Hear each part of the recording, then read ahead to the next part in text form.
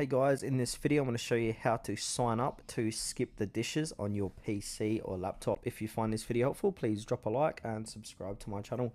In saying that, let's just jump straight into the video.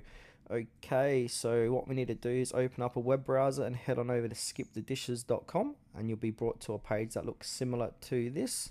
They might change this front page down the track, but yes, SkipTheDishes.com is the official website. Now from here, navigate to the top right hand corner of the page and it will say need help, login, sign up. Go ahead and click on sign up. And now we've got a few different ways to sign up to Skip the Dishes. So we can sign up with our Google account, Facebook account, or Apple, or you can simply use your email address. And also you can log in if you do have an account, but this video is about how to sign up. Okay, so for this demonstration, I'm going to sign up with my Google account. Just going to open up another box.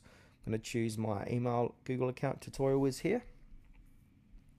And now I'm going to click on continue. So this is basically going to sign you up and sign you in at the same time.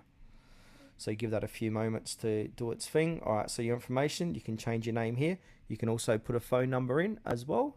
Now from here, go ahead and click on create an account.